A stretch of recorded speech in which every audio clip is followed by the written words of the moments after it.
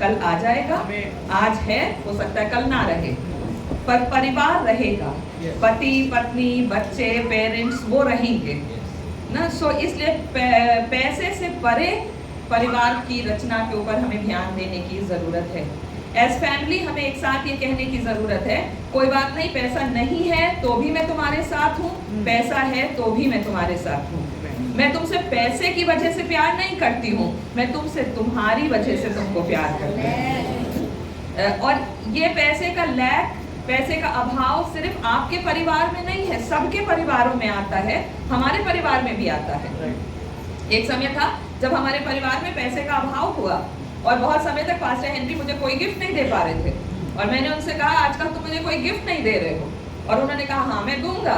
एक दिन ये बाहर गए और एक गुलाब का फूल लेकर आए और मुझको दिया और कहा ये तुम्हारे लिए गिफ्ट है। मैंने कहा अरे थैंक यू। मैंने उसको बहुत प्रेशियस जाना और फिर बड़े स्टाइल से वापस मुड़ कर आए और मुझसे कहा और ये 10 रुपए का नहीं 20 रुपए वाला है। और वो गुलाब का फूल आज भी मेरे पास रखा हुआ है, मैंने उसको सुखा लिया, मेरी कन्फेशन डायरी में, कन्फेशन बुक में आज भी वो फूल रखा हुआ है। इट डजंट मैटर, पैसा मैटर नहीं करता है, आपका आपसी लगाव और प्यार एक दूसरे के लिए मैटर करता है। सो अगर पैसे की वजह से झगड़े हो रहे हैं, आज घर जाइएगा, एक साथ बैठिएगा, जिससे भी गलती हुई है, हो सकता है पति से हुई हो सकता है पत्नी से हुई हो, एक दूसरे से सॉरी बोलिएगा, प्रभु से सॉरी बोलिएगा कि हमने पैसे के पीछे लड़ाई और झगड़ा किया, जबकि तेरा वचन ही कहता है पैसे का लालच सब बुराइयों की जड़ है। आज हम इससे परे हटकर प्रभु उन आशीषों को देखना चाहते हैं जो तूने हमारे लिए रख छोड़ी हैं। मेरे लिए कोई जन पढ़ दीजिए मरकुस उसका 3रा अध्याय और उसकी 25वीं आयत। मरकुस 3:25। और यदि किसी घर में फूट पड़े तो वो घर कैसे स्थिर रह सकेगा? यहाँ लिखा हुआ है यदि किसी घर में फूट पड़े तो वो घर कैसे स्थिर रह पाएगा। यहाँ यीशु मसीह और बाल-ज़बूल के बीच की बात हो रही है और यीशु मसीह शास्त्रियों और फरीसियों को उत्तर दे रहे हैं और उनको वो पास बुलाकर कह रहे हैं, एक मिनट, उसकी 24 आयत में हम पढ़े, यीशु मसीह कह रहे हैं यदि किसी राज्य में फूट पड़े तो वो राज्य कैसे स्थिर रह सकता है, और यदि किसी घर में फूट पड़े तो वो घर कैसे स्थिर रह सकता है ना। एकदम से दुष्ट आत्माओं की और राज्यों की और इन सब की बात करते करते जीसस का सारा ध्यान घर के ऊपर चला गया और जीसस कहते हैं अगर किसी घर के अंदर फूट पड़े तो वो घर कैसे स्थिर रह सकता है। और आज हम इसी बात को देखने आए हैं कि हमारे घर मसीह में और मसीह के प्रेम में स्थिर पाए जाएं। लेकिन यीशु मसीह ने खुद कहा अगर घर में फूट है तो घर स्थिर नहीं रह पाएगा। मतलब घर की डिसयूनिटी जो है वो बहुत ज्यादा हानिकारक है। वो ना सिर्फ आपको हानि पहुंचाएगी, वो आपके पति को, पत्नी को, बच्चों को, आपके कामों को, आपकी आत्मिक जीवन को, हर चीज के ऊपर उसका प्रभाव पड़ेगा। और आज की इस दोपहर प्रभु ने मेरी अगुवाई की बहुत सी चीजें हैं जो एक मसीही परिवार में किसी भी प्रकार से तनाव को या अलगाव को ला सकती हैं, लेकिन प्रभु ने मेरी 2 बातों के ऊपर मेरा ध्यान ले गया जिनको आज की इस दोपहर में आपके बीच में बांटना चाहूंगी। कौन से वो 2 मुख्य कारण हैं जिसके कारण पति और पत्नी के बीच में तनाव आ जाते हैं। पहला है कंपैरिजन, तुलना, और दूसरा है कंपटीशन, प्रतिस्पर्धा। कंपैरिजन एंड कंपटीशन, तुलना और प्रतिस्पर्धा, एक दूसरे के साथ तुलना करने लगते हैं। आप नहीं करते होंगे, शायद दूसरे करते होंगे। जब हमारी शादी हुई हमारे बीच में बहुत तुलना लोग करते थे, स्पेशली क्योंकि पास्टर हेनरी बहुत अच्छे प्रचारक हैं, वो एक गिफ्ट है जो प्रभु ने उनको दिया है। और वो लोग बहुत तुलना करते थे, आपके हस्बैंड इतना अच्छा प्रीच कर लेते हैं, आप कैसा करती हैं? आपके हस्बैंड ये कर लेते हैं, वो बहुत अच्छा कीबोर्ड बजा लेते हैं, वो बहुत अच्छा वर्शिप लीड कर लेते हैं, आप क्या करती हैं? और वो तुलना जो है वो कहीं ना कहीं मेरे जीवन के ऊपर प्रभाव डाल रही थी, जब तक प्रभु ने मुझको ये नहीं सिखाया। मैंने उसको अलग बनाया है और तुमको अलग बनाया है और तुम दोनों को मिलकर मेरी सेवा के लिए बनाया है। सो तुलना जो है वो बहुत डेंजरस है। कभी अपने आप को अपने पति से या पति अपने आप को अपनी पत्नी से कंपेयर मत करिए। ये मत कंपेयर करिए अरे वो तो ज्यादा पढ़ी लिखी है, बाहर जाके ज्यादा कमा लेती है, मैं तो बस घर पर ही बैठा रहता हूँ, या मेरा जो काम है उसमें मुझे इतनी इनकम नहीं हो रही। इन बातों की तुलना से परे उठने की जरूरत है एक मजबूत विश्वासी परिवार के लिए। साथ ही में अपने जीवन साथी की तुलना दूसरों से भी मत करिए, दूसरों से भी मत करिए। उसके पति को देखा है, वो कितने अच्छे अच्छे उसको कपड़े देता है, कितने अच्छे अच्छे गिफ्ट देता है, कहाँ कहाँ घुमाने ले जाता है, और एक तुम हो जो मुझे कन्हान के बाहर कहीं ले ही नहीं जाते हो। इन बातों की तुलना मत करिए, क्योंकि आपका पति और आपकी पत्नी आपके लिए कुछ ऐसे काम कर रहे हैं जो शायद उनके पति और पत्नी उनके लिए नहीं कर रहे हैं। शायद वो आपके लिए कुछ एक्स्ट्रा माइल जा रहे हैं, कुछ मील आपके लिए एक्स्ट्रा जा रहे हैं, कुछ काम आपके लिए ऐसा कर रहे हैं जो उनके लिए कठिन है करना, लेकिन फिर भी वो आपके लिए कर रहे हैं। उस बात का सम्मान करना जरूरी है, उस बात के ऊपर हमको अपना ध्यान लगाना जरूरी है। एज वाइफ कभी अपनी तुलना अपने पति से मत करिए। इस बात को याद रखिए कि पतियों को प्रभु ने घर का लीडर और मुखिया करके बनाया है, और इसलिए उनका वो ओहदा है। हम चाहें या ना चाहें, हमें हस्बैंड्स को वो रिस्पेक्ट देनी है। और फिर पतियों के लिए भी लिखा है, अपनी पत्नियों को निर्बल पात्र जानकर उनका आदर करो। सिर्फ हस्बैंड वाइफ्स को ही नहीं करना है। जब आप अपने हस्बैंड को एज लीडर वो रिस्पेक्ट देंगी, आपके हस्बैंड ऑलरेडी आपको वो रिस्पेक्ट देंगे जो आपके लिए ड्यू है, जो आपके लिए जरूरी है। ये बात जानना जरूरी है कि आपका पति घर का मुखिया है, इसलिए आप दोनों के बीच में कोई तुलना है ही नहीं। और अगर कोई तुलना आपके खुद के विचार में आ रही है या कोई बाहरी शख्स आकर आपके बीच में तुलना कर रहा है, इस बात को समझ लीजिए कि वो तुलना शैतान की ओर से है, परमेश्वर की ओर से नहीं। क्योंकि परमेश्वर गड़बड़ी का परमेश्वर नहीं है। वो तुलना करके एक किसी को नीचा और किसी को ऊंचा नहीं दिखाएगा। वो आपको इनकरेज कर सकता है टू डू गुड, लेकिन वो आपको तुलना करके नीचा नहीं दिखाएगा। जब हमारी शादी हुई बहुत पहले, जाने कैसे पवित्र आत्मा ने मुझे एक बात सिखाई। पवित्र आत्मा ने मुझसे कहा, जितना ऊंचा तुम्हारा पति जाएगा, जिस भी क्षेत्र में जितना ऊंचा तुम्हारा पति जाएगा, उतना ऊंचा तुम भी जाओगी। और फिर वो पद मुझे याद आता है जहाँ यीशु मसीह ने कहा, जब तुम मुझे ऊंचे पे चढ़ाओगे, मैं तुमको अपने में खींच लूंगा। ये आत्मिक रीति से यीशु मसीह ने बात करी, लेकिन सांसारिक रीति से प्रभु ने मुझे सिखाया, जितना हस्बैंड तुम्हारा एज लीडर ऊपर जाएगा, उतना ही तुम भी ऊपर जाओगे।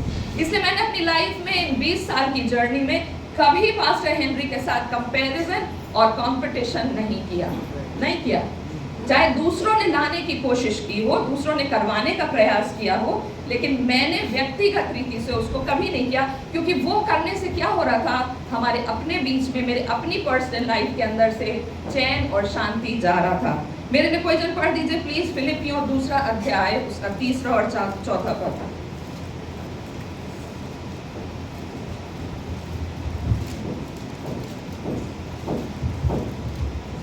फिलिपियों 2 अध्याय 3 और 4 पर।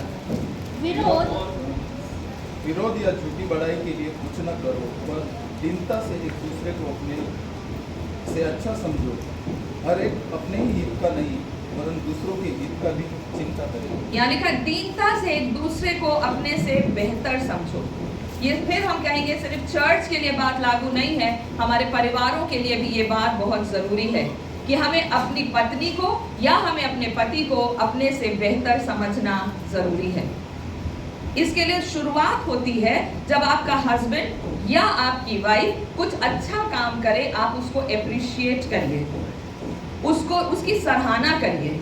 अगर आपकी पत्नी ने आपके लिए खाना पकाया है तो उसने बहुत मेहनत की है, उसके लिए तरफ आप थोड़ा सा अपने शब्दों के द्वारा उसको प्रकट करिए। ये मत कहिए कहने की क्या जरूरत है, तू खुद समझ ले।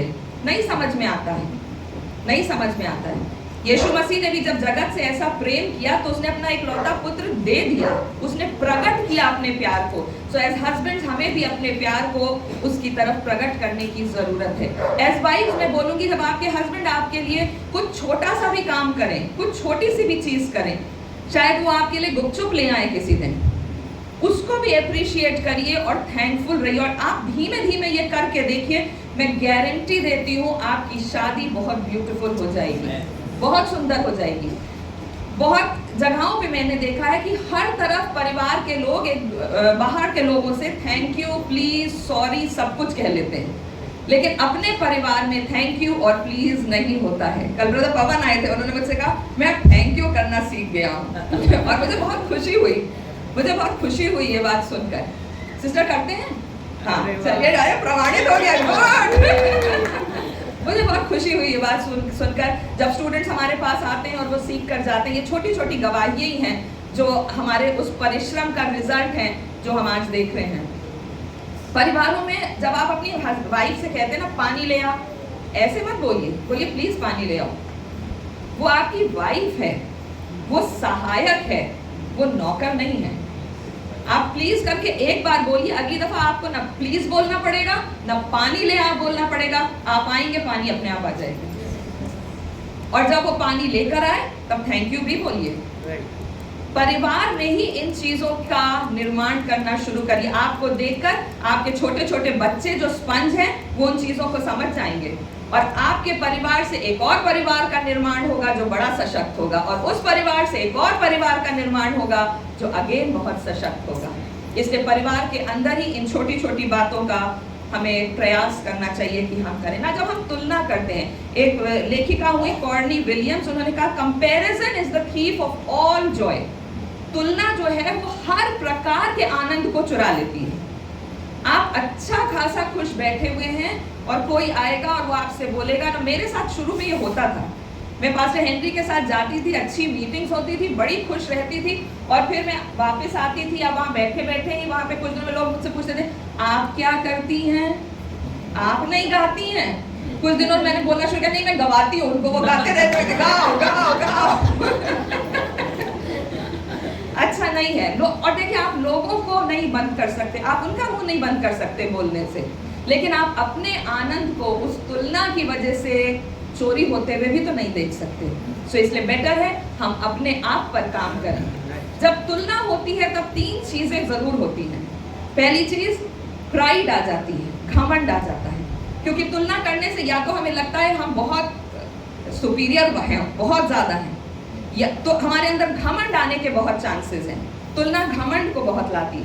तुलना करने से डिप्रेशन आ जाता है, जहां हमें लगता है हम इंफीरियर हैं, वहीं हमारी बिल्कुल ऐसे लगता है कि बिल्कुल गुब्बारे से हवा निकल गई, अब हम कुछ नहीं कर पाएंगे। और तीसरी चीज जो तुलना करती है वो जेलसी ले आती है, जलन, ईर्ष्या आ जाती है। और पति पत्नी के बीच में ईर्ष्या होना सबसे खतरनाक चीज है, सबसे ज्यादा नुकसानदेह चीज है। पति को कभी पत्नी से जलना नहीं चाहिए और पत्नी को कभी पति से जलना नहीं चाहिए। जब लोग पास्टर हेनरी की तारीफ करते हैं, मुझे प्रभु के भय में बोल रही हूँ, मुझे रत्ती भर जलन नहीं होती, लेकिन मुझे खुशी होती है। मैं कहती हूँ, प्रभु जितना ऊंचा मेरा हस्बैंड जाएगा, तेरा वचन पूरा होगा, उतना ऊंचा मैं भी उसके साथ जाऊँ, क्योंकि हम अलग नहीं है, वी आर वन, हमारा फैमिली एक है। इसलिए जलन मत आने दीजिए।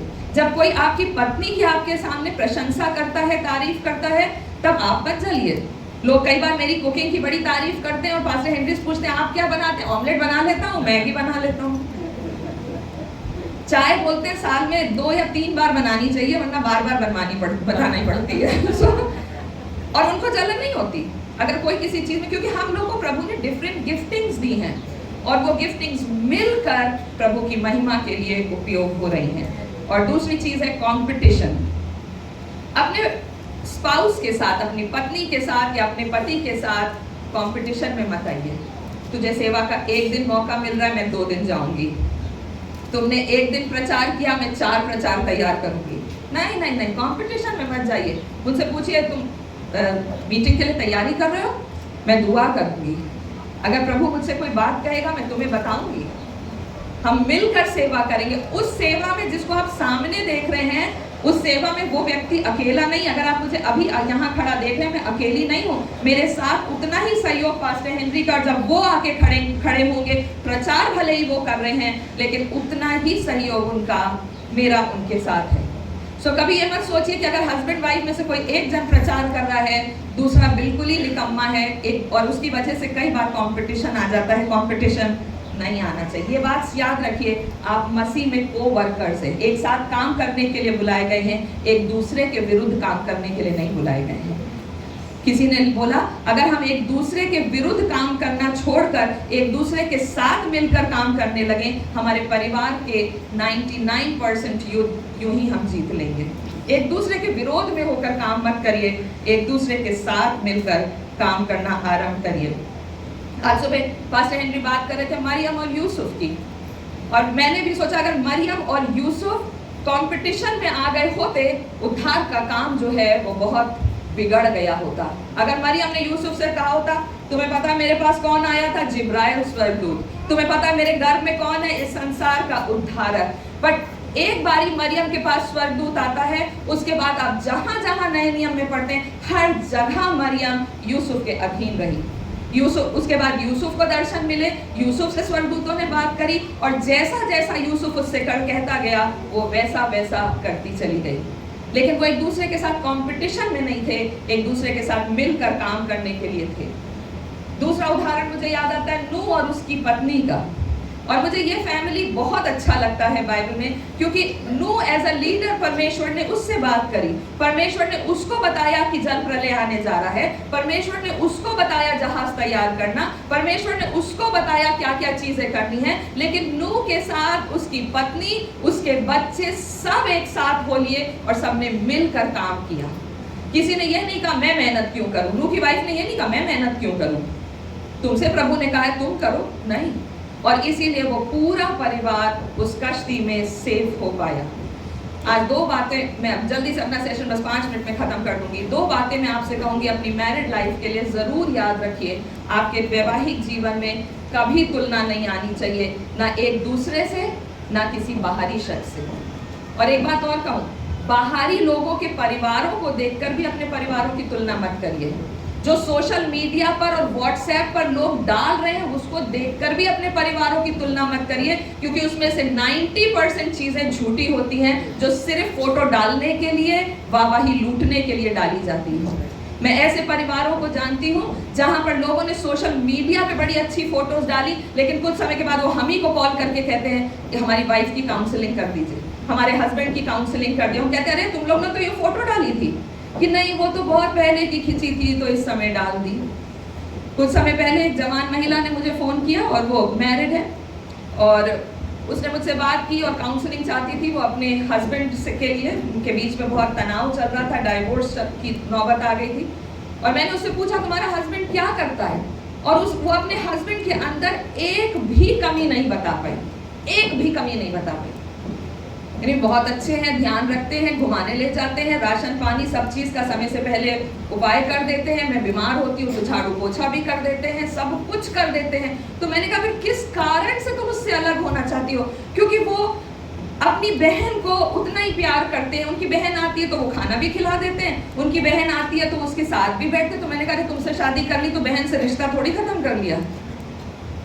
आपको ये समझना जरूरी है, आपका हस्बैंड, आपकी वाइफ आपके लिए सबसे इंपॉर्टेंट है, लेकिन उनके और रिलेशंस भी हैं जो उनको साथ लेकर चलने हैं, और इसलिए आपको उनको वो फ्रीडम देनी है, बजाय कि अपनी नंद से, अपनी भाभी से, अपने भाई से या किसी से कंपटीशन करने के कि देखो तुम उसको ज़्यादा समय दे रहे हो, मुझको नहीं। हाँ, वो थोड़ी देर के लिए आए हैं इसलिए उनका ज़्यादा ध्यान उनकी तरफ है, बाद में उनका ध्यान आप ही की तरफ आने वाला है। सो ये छोटी छोटी चीज़ें हैं जो परिवार में बहुत तनाव को लेकर आती हैं। 3 व्यवहारिक बातें प्रभु ने मुझसे बताने को कही थी, वो मैं आपको बताकर इस सेशन को समाप्त करूंगी। Outdo one another in showing love, एक दूसरे को प्रेम दिखाने में एक दूसरे से बेहतर हो जाओ। बाइबल कहती है प्रेम को छोड़ और किसी बात में एक दूसरे के कर्जदार मत रहो। सिर्फ चर्च में ही नहीं, हस्बैंड वाइफ के बीच में प्रेम को छोड़ और किसी बात में एक दूसरे के कर्जदार मत रहो। एक दूसरे को अगर आउटडू करना है, एक दूसरे को अगर किसी चीज में एक से बेहतर होना है, तो बजाय कंपटीशन और कंपैरिजन के प्रेम में दूसरे से बेहतर होकर दिखाइए, आपका पारिवारिक जीवन अच्छा हो जाएगा। दूसरी चीज प्रभु ने बोली, एज कपल, परिवार के रूप में आप इस बात का प्रयास करिए कि एज फैमिली आप बैठिए, प्रभु से सुनिए और उस बात को ओबे करिए। कई बार प्रभु मुझसे कुछ कहता है फैमिली के लिए, कई बार प्रभु पास्टर हेनरी से कुछ कहता है फैमिली को, और वो बात हम एक दूसरे के साथ शेयर करते हैं, और फिर एज फैमिली उस बात को हम पूरा करने का प्रयास करते हैं। और प्रभु निश्चय आपसे और आपके परिवारों से भी बात करेगा। जो कुछ प्रभु कहे उसको पूरा करने का प्रयास करिए। तीसरी बात, ये बातें करते करते जो तीसरी बात मेरे विचार में प्रभु ने डाली, मुझे बड़ी अलग सी लगी, लेकिन प्रभु ने डाली तो मैं उसको जरूर कहूंगी। मानो प्रभु मुझसे कह रहा था, जब तुम्हारा पति या पत्नी तुमसे कोई सीक्रेट शेयर करे, उसको जाकर दूसरों को मत बताओ। उसकी वजह से तुम्हारे परिवारों में गड़बड़ियां हो रही है, क्योंकि वाइफ किसी चीज से दुखी है, हस्बैंड किसी चीज से दुखी है, वो आकर तुमसे कह रहा है और तुम जाकर वो बात दूसरों को बता रहे हो, कभी मजाक के रूप में, कभी बस ऐसे ही प्रेयर रिक्वेस्ट शेयर करने के रूप में, और उसका प्रभाव परिवार पर अच्छा नहीं हो रहा है। आपका पति, आपकी पत्नी जब बचपन से वो बड़े हो रहे थे, हो सकता है कुछ चोटों से होकर गुजरे हों, कुछ उनको ऐसे उनके एक्सपीरियंसेस रहे हो जो बहुत अच्छे नहीं हैं और कोई किसी से शेयर नहीं कर पाए, और फिर आपका विवाह हुआ और उन्हें लगा हम एक व्यक्ति मिला है जिससे हम अपना दिल खोल कर बात कर सकते हैं, जिसके साथ हमारी सारी बातें सेफ हैं। और जब आपके हस्बैंड या आपकी वाइफ अपनी कोई गुप्त बात, अपनी कोई डीप बात आपके साथ शेयर करे, आपको डिसर्न करने की ज़रूरत है और जाकर उन बातों को दूसरों से कहने की ज़रूरत नहीं है। अंतिम बात, एक दूसरे को क्षमा करने में तत्पर रहिए। लर्न टू फॉरगिव, क्षमा करने में तत्पर रहिए। जैसा पास्टर हेनरी ने कहा, हम लोग भी झगड़े हो जाते हैं, कोई फैमिली ऐसा नहीं होगा जिनके बीच में थोड़ा कहा सुनी ऊपर नीचे नहीं हो, क्योंकि हम लोग डिफरेंट लोग हैं जो डिफरेंट परवरिशें हुई और अब हम साथ आकर रहते हैं। और शुरू में शादी में जब हमारी लड़ाई हो जाती थी तो हम पूरा दिन बात नहीं करते थे, और फिर एक दिन हमें ये याद आया, हम प्रभु के उस वचन की अनाज्ञाकारी हो रहे हैं जहाँ प्रभु ने कहा क्रोध तो करो पर पाप मत करो, सूर्य अस्त होने तक तुम्हारा क्रोध शांत हो जाए। सो अगर अब झगड़े होते भी हैं, हम प्रयास ये करते हैं कि उनकी सुलह जल्द से जल्द हो जाए, वो झगड़े खिंचे नहीं।